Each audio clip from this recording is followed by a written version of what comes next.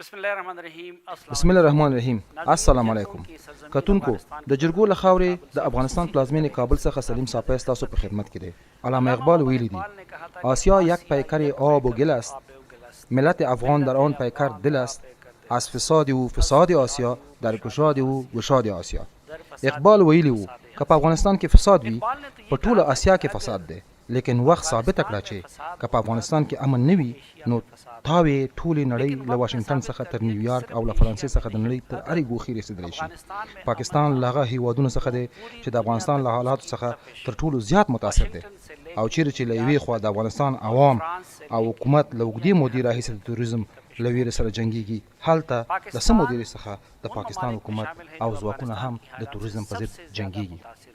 او د اقبال وینا ټکي په ټکي د ټولې آسیا او افغانستان او پاکستان پاکله ثابتېږي. کله چې په افغانستان کې د تیرو انتخاباتو پر مهال جناب ډاکټر صاحب اشرف غني جمهور رئیس شو، هغه له پاکستان سره د مناسباتو یو نوی څپرکی پرانیست. هغه ښایي د افغانستان لومړی جمهور رئیس وي چې د هندوستان په حواله یې د پاکستان اندېښنو ته رسیدګي وکړه. هغه GHQ ته لاړ او هلته یې د شهیدانو مزار ته د ګلونو ګېډۍ کېښوده. پاکستان کې هم د ډاکټر صاحب اشرف غني ډېر تود هرکلی وشو او د لومړي ځل لپاره پاکستاني رسنیو کې ولیدل شو چې د افغانستان جمهور رئیس ته زیات درناوی کیږي. لیکن له بده مرغه د دوستۍ، محبت او همکارۍ دا موده لنډه وه. له څه مودې راهیسې ګورو چې یو ځل بیا دواړه غاړې شکایتونه کوي، دواړه غاړې تورونه لګوي او کله داسې ښکاري د امن، دوستۍ او محبت کوم خوبونه چې لیدل کیږي هغه نه پوره کیږي. نن هم د جناب ډاکټر صاحب اشرف غني په حضور کې یو د افغانستان د اسلامي جمهوریت جمهور رئیس سره، او له هغه څخه به په دې د پوهېدو کوښښ وکړو چې افغانستان دا مهال څه ډول وضعیت څخه تېرېږي او په دې دوستۍ کې چې کومې فاصلې راغلې لامل څه دی او کوم شکایتونه چې موجود دي هغه څه شی دی، او بیا هغه د محبتونو مرستو باب پرانستل کېدلی شي که نه. زه د افغانستان د اسلامي جمهوریت د جمهور رئیس جناب ډاکټر محمد اشرف غني صاحب نهایت منندوی یم.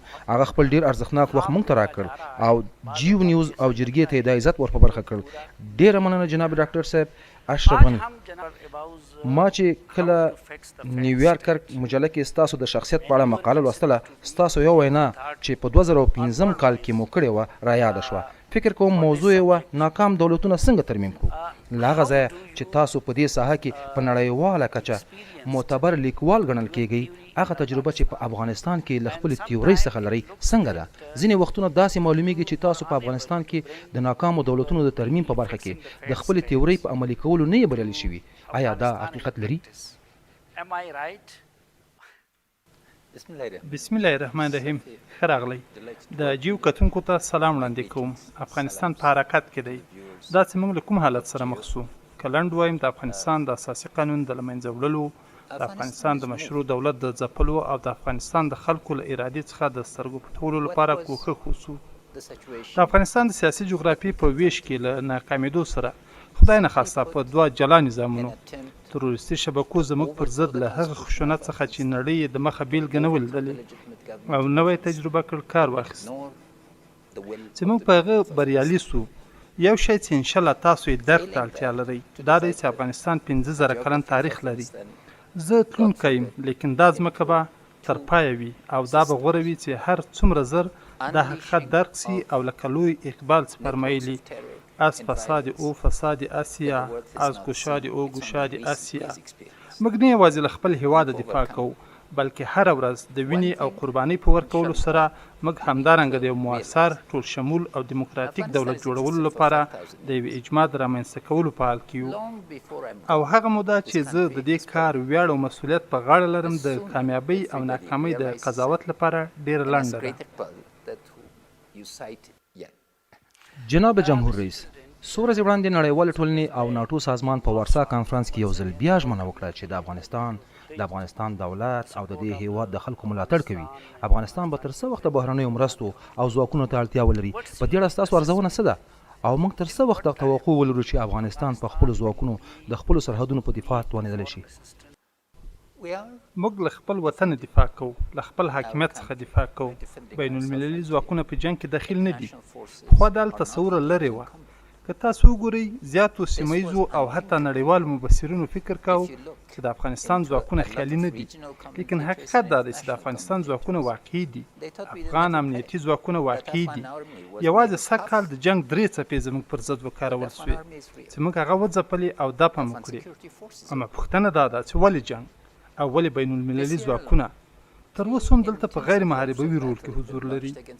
ځکه د سولې لپاره زموږ نوښتونه، برنامې او کوښښونه ونه منل سول.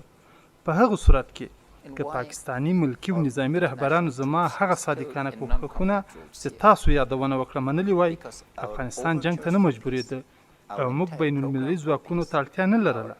غلط فرضیې موجودې وې. زه فکر کوم موږ هغوی ته وښودله چې بین المللي ټولنه باور دا و چې بین المللي ټولنه ستړې سوې ده، خپل فعالیتونه له خپلې توانایي څخه زیات پراخه کړي او افغانستان به هغوی ته لومړیتوب نه وي. زه هیله لرم چې اوس دا له شک پرته ثابته سوي وي چې په وارسا کې د افغانستان په هکله اجماع او د نظر توافق بېساری و. ولې دا د نظر توافق وجود لري؟ ځکه موږ خپله ونډه ادا کړه. ستونزه افغانستان پورې محدوده نه ده. دا یو داخلي جنګ نه دی. له بین المللي ترهګرو شبکو سره مبارزه، هغه ملاتړ چې هغوی ورڅخه برخمن دي، بین المللي همکاري ته اړتیا لري. د هرې ورځې په تېرېدو سره زموږ امنیتي ځواکونه ځواکمنېږي، خو لا هم بین المللي ملاتړ ته اړتیا لرو، ځکه دا جنګ منطقوي او بین المللي بود لري.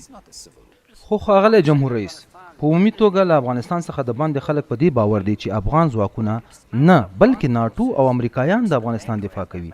په دې بنا نظامی فعالیتونه څوک رهبري کوي؟ ستاسو ځواکونه یا امریکایان؟ زموږ خپل ځواکونه په رهبرۍ کې قرار لري.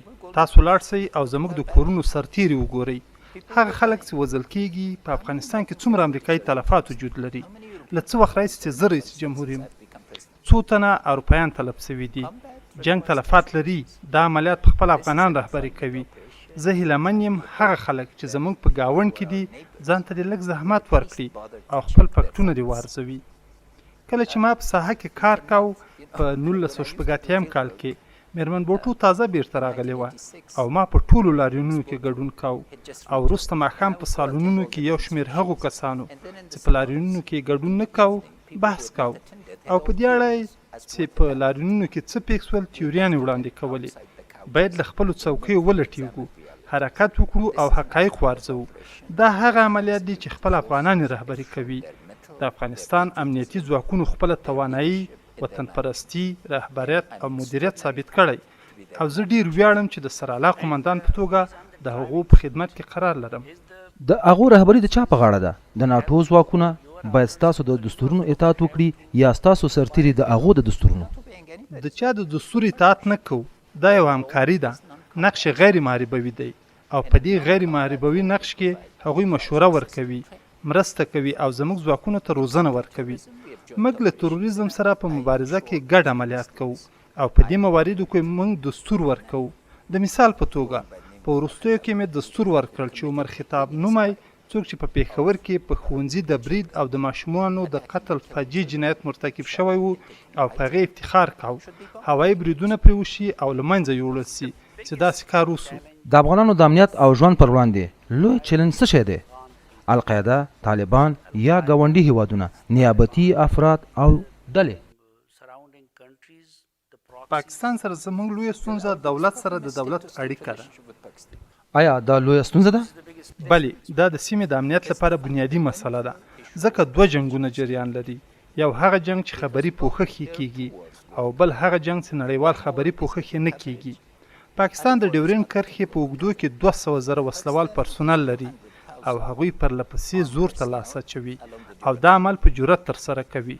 خو بنیادي ستونزه تروریستي شبکې دي، ځکه موږ تر اوسه د دولتونو په کچه هغې همغږۍ ته نه یو رسېدلي چې ستونزه حل کړو. له بنیادي ننګونو سره مخ یو.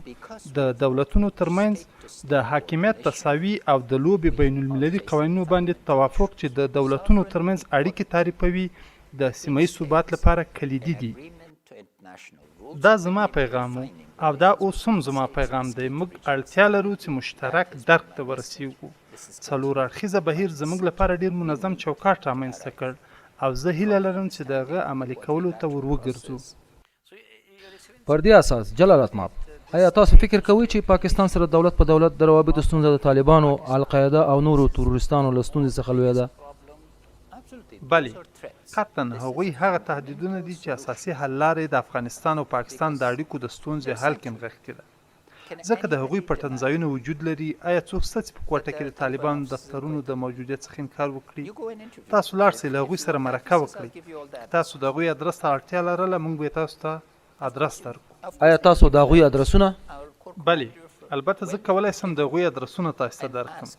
زموږ د قلی اردو قمندان د کوټې قمندان ته ادرسونه ورکړل او ورڅخه یې وغوښتل چې له هغه سره هلته لاړ شي. هلته هغوی په ښکاره سربازګري کوي، هغوی تمویلیږي، تدارکات او لوژستیکي امکانات تنظیمیږي.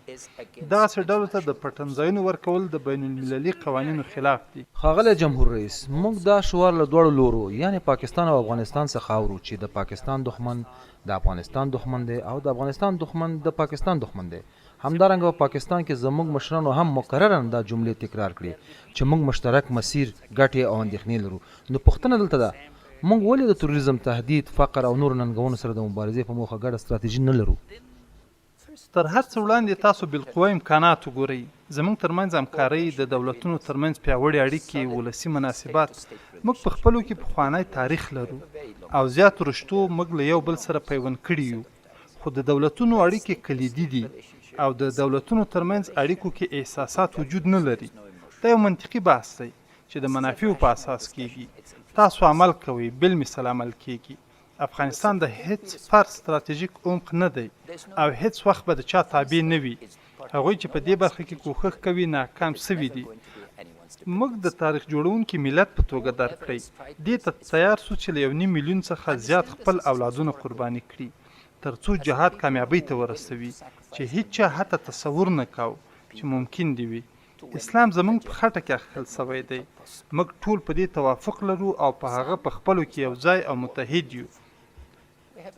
دا یو لفظي بحث نه دی، پوښتنه په عمل او عملي اقداماتو کې ده. موږ طالبانو ته اجازه نه ده ورکړې، موږ پټنځایونه نه دي ورکړي، د هغوی دفترونو ته مو د فعالیت اجازه نه ده ورکړې. موږ یې د سربازګرۍ شبکو ته د فعالیت اجازه نه ده ورکړې. موږ د تروریزم خطر درک کوو. د هر ماشوم ژوند که افغان په پنجاب، پېښور، کوټه، کراچۍ او یا د نړۍ په بل هر ځای کې وي موږ ته ارزښت لري. موږ هر هغه تهدید چې ماشومانو ته متوجه وي هغه د ځان لپاره تهدید بولو.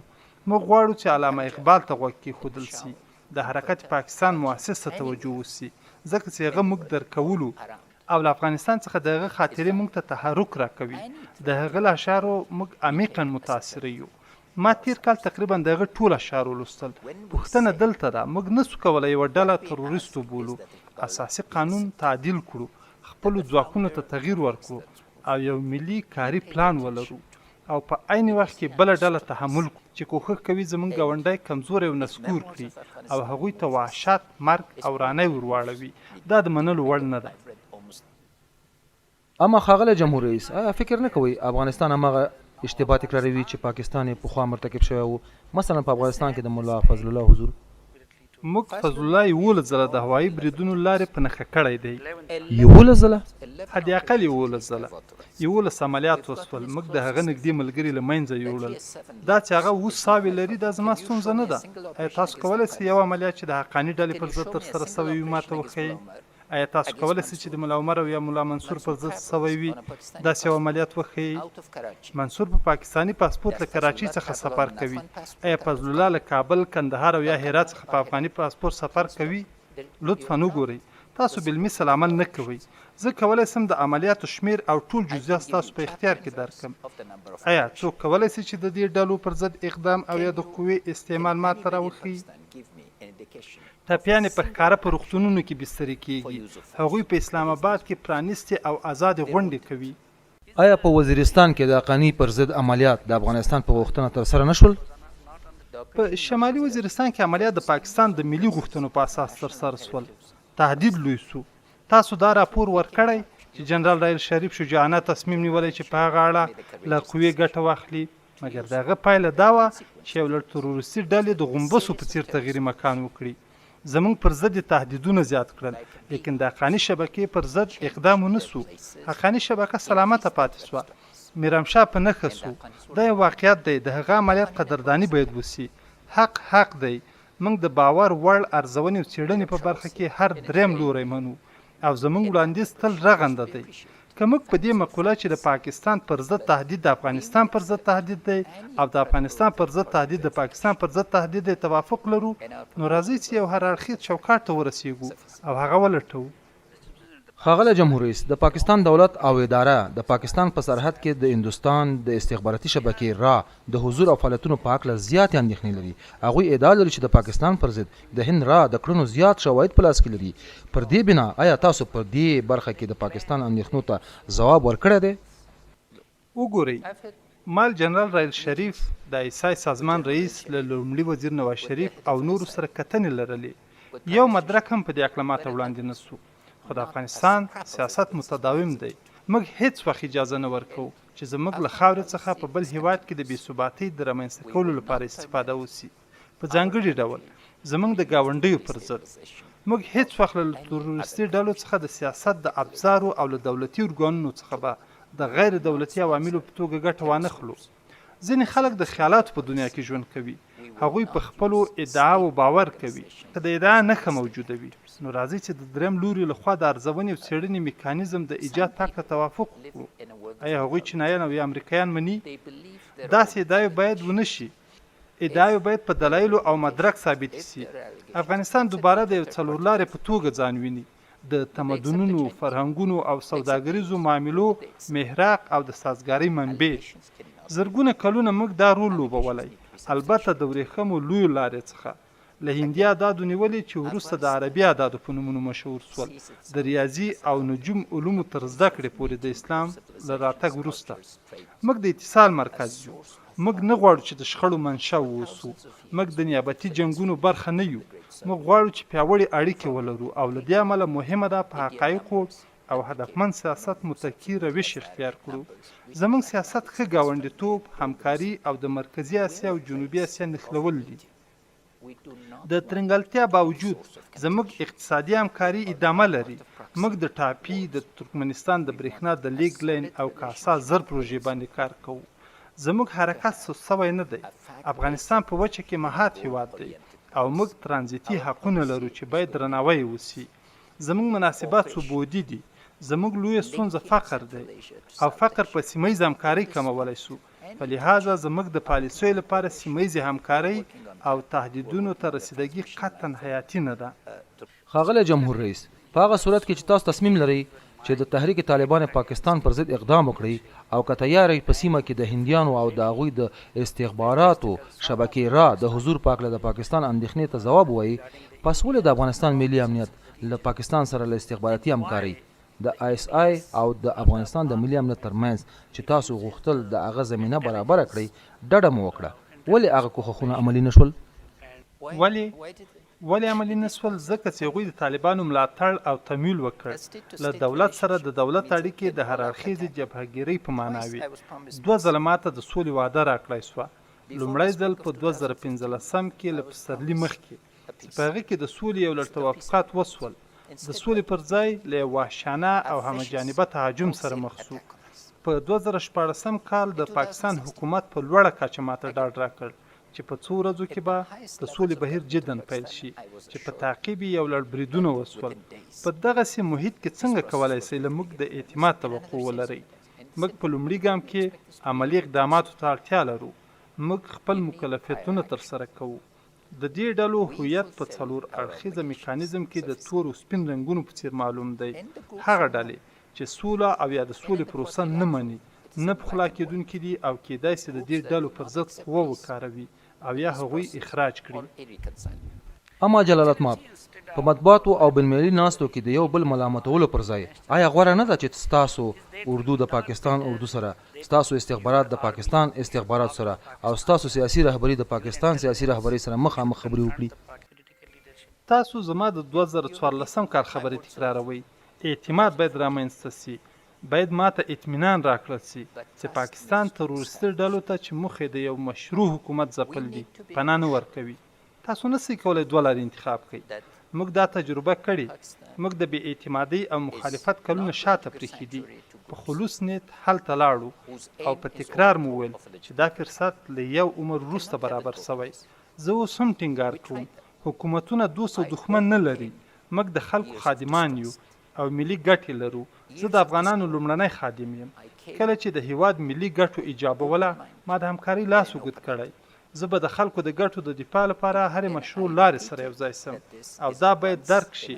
هر څوک چې زموږ خلکو حکومت او اساسي قانون ته په حقارت ګوري د اعتماد دروازه تړي. موږ فرصت لرو، داسې فرصت چې تاریخ جوړ کړو، په تیر لاسبري شو او په یوه لیدلوري د تعهد او متقابلو ګټو په درک مخته لاړ سو. متقابلې ګټې بنیادي دي چې د هغو په اساس مخته تللی سو. څنګه کولی شو مخ ته حرکت وکړو او څنګه کولی شو دوباره هماغه اعتماد او همکاري فضا ته ورسیږو؟ اوس باید حرکت تدریجي او سیستماتیک وي. لومړی د سیستماتیک اعلان دا چې پاکستان په ستراتیژیک عمق کې هیڅ ګټې نه لري او موږ ته د خپل کور د شاتنۍ حویلۍ په توګه نه ګوري. موږ د هیچا د کور شاتنۍ حویلۍ نه یو. هر هغه چا چې دلته قدم ایښی دا نو په پناه سوي دي. دا د زمریو وطن دی، دا د چرګو ځمکه مه بولئ. ستاسو اوسنۍ رهبري په سیاسي او نظامي برخو کې د ستراتیژیک عمق طرحه مردوده ګڼلې ده. دا باید پایلې ولري، په دې معنا چې هغو ډول ته چې ښکاره زموږ پر ضد د جنګ اعلان کوي پټنځای مه ورکوئ.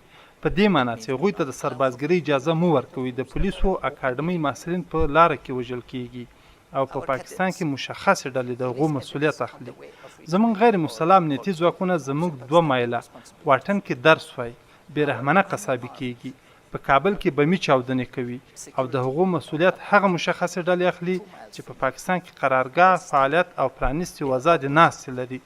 هیڅ لوړپوړی پاکستانی د لوړې کچې طالبانو سره له تماس انکار نه کوي. څنګه منصور په پاکستانی پاسپورت څو ځله د کراچۍ هوایي ډګر څخه الوتنه کوي او دلته تورونه؟ خو هغوی ادعا لري چې زیات افغانان پاکستانی پاسپورټونه لري. فکر نه کوم چې ایسای دې دومره بېخبره وي. ایسای په دې ښه پوهېږي چې منصور څوک دی.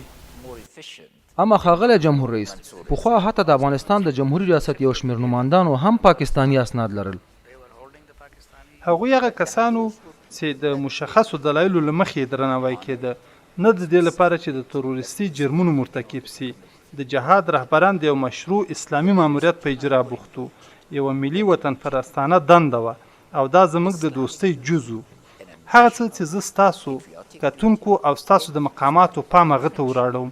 موږ فرصت لرو، موږ طرحې برابرې کړې په هغو کاغذونو چې په منځ کې کېښودل سول. د عمل اقدام لپاره فرصت وجود لري. زه ارزو لرم د دې خیال چې د افغانستان دولت بړنګ سي او یا د افغانستان ملي اردو بړنګه سي او یا دا چې بین المللي ځواکونه به موږ پرېږدي او یا دا چې زموږ منابع، اراده او تعهد به زوړ سي، لرې سي. راځئ د متقابلو ګټو په اساس یې له سره پیل کړو. په هغه حالت کې موږ کولی سو هغه لوی خطر چې د تروریستي شبکو له لوري په سیمه او نړۍ کې دواړو هیوادونو ته متوجه دی مهار کړو. دا تهدید دی او د حل لارې کلي زموږ ترمنځ همکاري ده. موږ تیار یو په دغسې همکارۍ کې په سیستماتیکه بڼه او د زړه له تله د باور وکړه او تحقیق وکړه مقولې په اساس ونډه واخلو. 3 ګامونه چې پاکستان باید واخلي څه شی دي؟ لومړی ګام د هغو ډلو پر ضد چې تروریستي اعلان سوي دي اقدام وکړي. که تاسو پر ضد اقدام ونه کړئ موږ په تاسو باور نه کوو. دویم قدم د 4 اړخیز میکانیزم د توافقاتو په پخلا کېدونکي او نه پخلا کېدونکي عناصرو عمل وکړئ تر څو سوله پیل سي. دریم څوک چې سوله ردوي له پاکستان څخه دې وایستل سي. او په مقابل کې به افغانستان څه اقدام وکړي؟ د افغانستان لوري باید د ترهګرۍ ضد مبارزه کې همکاري وکړي. د تروریزم خطر د کرښې دواړو غاړو ته وجود لري. اوس په هغه ځای بدل شوی چې په دواړو هیوادونو له هغه ځای سازماندهي کیږي. د تروریزم تهدید په پاکستان کې له همجانبه سیمهیزو او بین المللي همکاریو پرته نسي محدودېدلی. موږ به په ټولو برخو کې د خلکو مناسبات له خلکو سره اقتصادي، امنیتي، سیاسي او فرهنګي مناسباتو کې همکارو. په هغه صورت کې ستاسو دولت چمتو دی چې د هندوستان یا تحریک طالبان پاکستان او بلوچ بیلتون پالو د حضور په اړه د پاکستان اندېښنو ته ځواب وایي؟ هند د افغانستان یو تاریخي دوست دی. هند په افغانستان کې د اوبو بندونه جوړوي. هند د پارلمان د ودانۍ په جوړولو کې موږ سره مرسته کوي. هند یو ډیموکراتیک هیواد دی. له موږ سره ګډې ولسواکي غوښتنې لري. زموږ بهرنی سیاست له موږ پرته له بل چا پورې اړه نه لري تر هغو چې رغونکی وي. که د تخریبکارۍ ادعاوې اقامه سي موږ به د هغو څېړنو پلټنه وکړو. موږ له هند سره په دوستۍ ویاړو. موږ چین سره د امریکا له متحده ایالاتو سره په خپلې دوستۍ ویاړو. دا د حاکمیت جوهر دی. د حاکمیت جوهر دا دی چې تاسې له نورو سره د همکارۍ په خاطر آزاد یاست او د سیمه ییز ثبات جوهر دا دی چې له نورو سره ستا دوستي ستا ګاونډي ته تهدید نه متوجه کوي. جلالت مآب جمهور رئیس، تاسو د دې ترڅنګ چې د افغانستان د خلکو منتخب جمهور رئیس یاست یو روښان فکر او محقق هم یاست. غواړم پوه شم چې تاسې په دغه پړاو کې د افغانستان او پاکستان ترمنځ رابطه څنګه ارزوئ؟ آیا کولی شو هغې ته د ورورۍ، دوستۍ، محبت یا نفرت یا هم خدای مکړه د یو خصمانه رابطې نوم ورکړو؟ د دولتونو ترمنځ پر اړیکو عواطف او احساسات حاکم نه دي. کله چې یو بل ته د ورور خطاب کوئ د دې معنا دا ده چې تاسې د عاطفي رابطې د لرلو ادعا لرئ. عاطفي مناسبات هغه وخت مطرح کیږي چې د دولتونو ترمنځ ثابتې اړیکې موجودې وي. د ورورګلوۍ بڼه د خلکو ترمنځ ده نه د دولتونو. زه د دولت کارونه د فامیلي موډل په اساس نه اجرا کوم. تاسو کولی شئ زما له ټولو همکارانو پوښتنه وکړئ چې هغوی سره مې روابط وطن او خلکو ته د خدمت په وسیله او ابزار دي. موږ ټول په همدې باور یو دا چې فامیل دوست محمد هغه څوک چې افغانستان یې بیا منسجم کړ. کله چې خپل ورونو سره مواجه سو مسې ورور یې وویل د افغاني غیرت په اساس قلات ولایت ماته تسلیم کا. هغه ویل د دولتدارۍ په چارو کې فامیلي اړیکې وجود نه لري. زموږ مناسبات واضح دي. زموږ په مناسباتو کې وضاحت رامنځته شوی ده. اوس د دې وخت را رسېدلی دی چې موږ اقدام وکړو ترڅو تفاهم او اعتماد رامنځته کړو. زموږ په ضد یو نا اعلان شوی جنگ روان دی. دا ما د پاکستان حکومت، د پاکستان امنیتي ځواکونو، رسنیو او پارلمان ته څرګنده کړه. هیچا دا د پوښتنې وړ ونه بلله. نا اعلان شوی جنگ باید ختم سي. دواړه غاړې د سیستماتیکو او رغونکو خبرو ته کینی ترڅو سوله تامین سي. خطر چیرته دی؟ خطر دلته دی چې موږ له خلکو سره د خلکو عالي مناسباتو څخه د خلکو په منځ کې د دښمنۍ لور ته حرکت وکړو. دا هغه څه دي چې زه غواړم مخې ونیسم. له همدې امله زما په کلماتو کې هیڅ احساس نه دی موجود.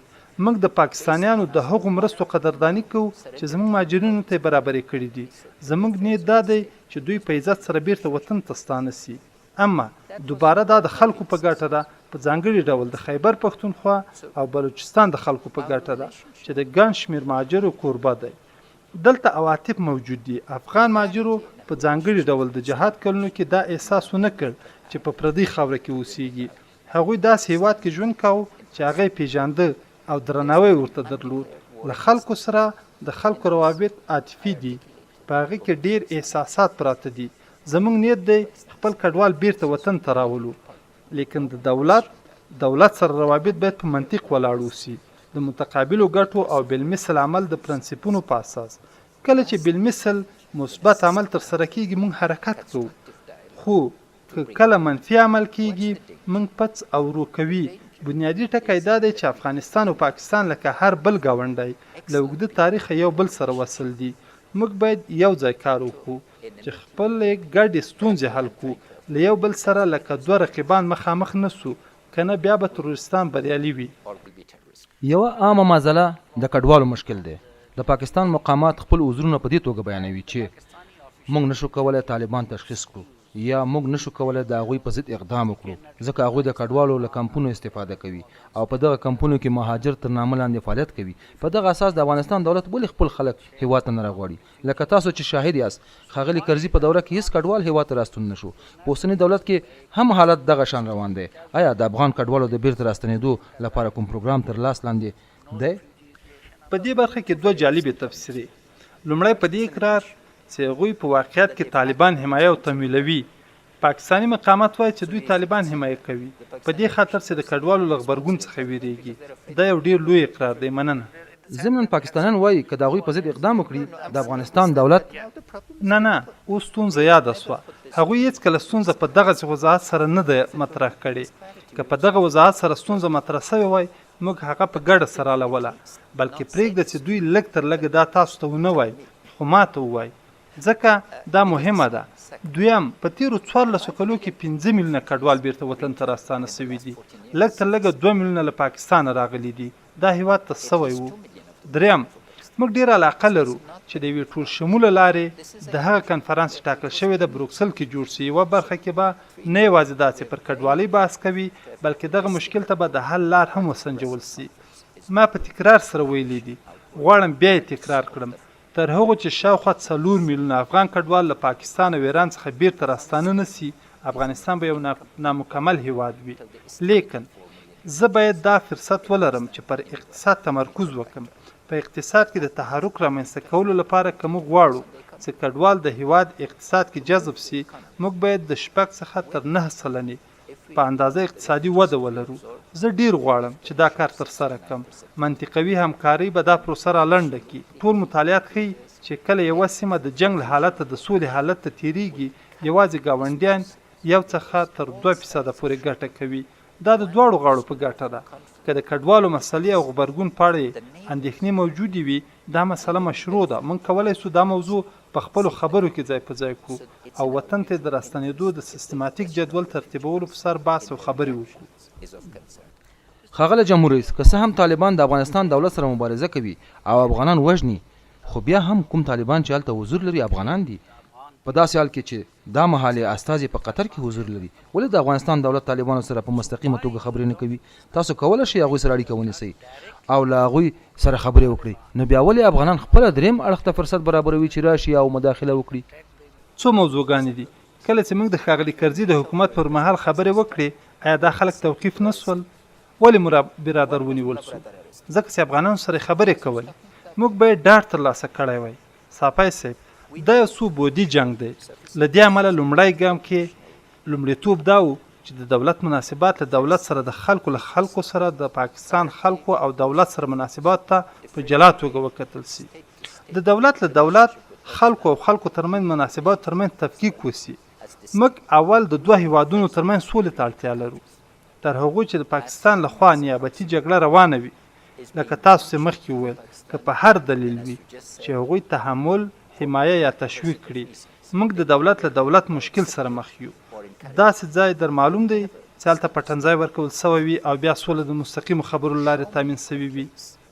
دویم، موږ خبرې کوو، موږ د حکمتیار ډلې سره د خبرو په حال کې یو. پر کابل له برید وروسته مې چې پارلمان کې وینا درلوده، ما خلکو ته وویل چې موږ له پاکستانه سوله نه غواړو، موږ ژمنه غواړو.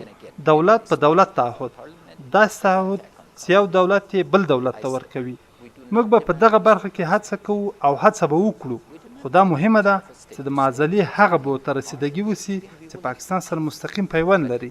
لکه تاسو چې مخکې وویل، هغوی مهم اعلان کړی دی، خو موجه نه دی. تروریزم نشي تفکیک کولی. څه شته چې تاسو اشاره وکړه د مقاماتو له نقل قوله چې ښه و بد تروریزم موجود دی، دا ادعا موږ ته د منلو نه ده.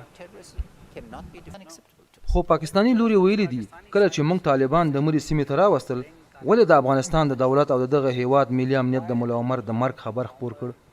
د ملا عمر د مړینې خبر له طالبانو راغی. دا موضوع د افغانستان د دولت لخوا رسما افشا شوه. موږ څه شی نه دي افشا کړي. په دې اړه مو یوه رسمي اعلامیه خپره کړه. افشا کول په دې معنا وي چې داسې څه ووایي چې تایید سوي نه وي. زما پښه ماته وه، جراحي عملیاتو ته تللم.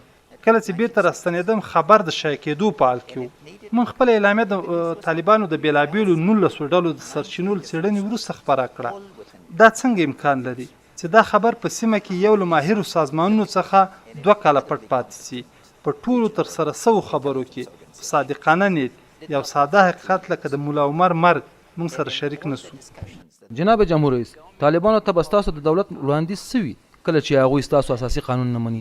آیا کوم موضوع د ملاقات لپاره باقي پاتې کیږي؟ موږ چې کوم شی طالبانو ته ورکوو، شاروندي، برخلیک او د راتلونکي لپاره ګډ لیدلوری دی.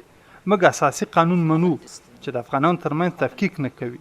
دا زموږ د موجودیت منشور دی. موږ باید یو ځای ژوند وکړو. د هغو شیانو جزئیات چې موږ سره ویشي د سولې د خبرو موضوع ده. موږ پې شرط نه دی ایښی. ما له 100 زیاتې د سولې توافقنامې لوستې دي. ما په دې برخه کې نسبتاً اوږده مقاله ولیکله. البته په هغو ورځو کې چې مقالو لیکلو ته مې وخت درلود، ما له دې مطالعاتو زده کړه وکړه. یو کلیدي شی مې چې زده کړ دا ده چې خپل صداقت باید ښکاره کړو. ما خپل تعهد او صداقت ښودلی دی. کوم شی چې د سولې مذاکراتو پروسې ته راوړل کیږي، هغه د جنگ په میدان کې نشو فیصله کولی. د حکمتیار له اسلامي حزب سره د تفاهم پروسه چیرته ورسېده؟ کار مخې ته روان دی. موږ لا هم بحث لرو.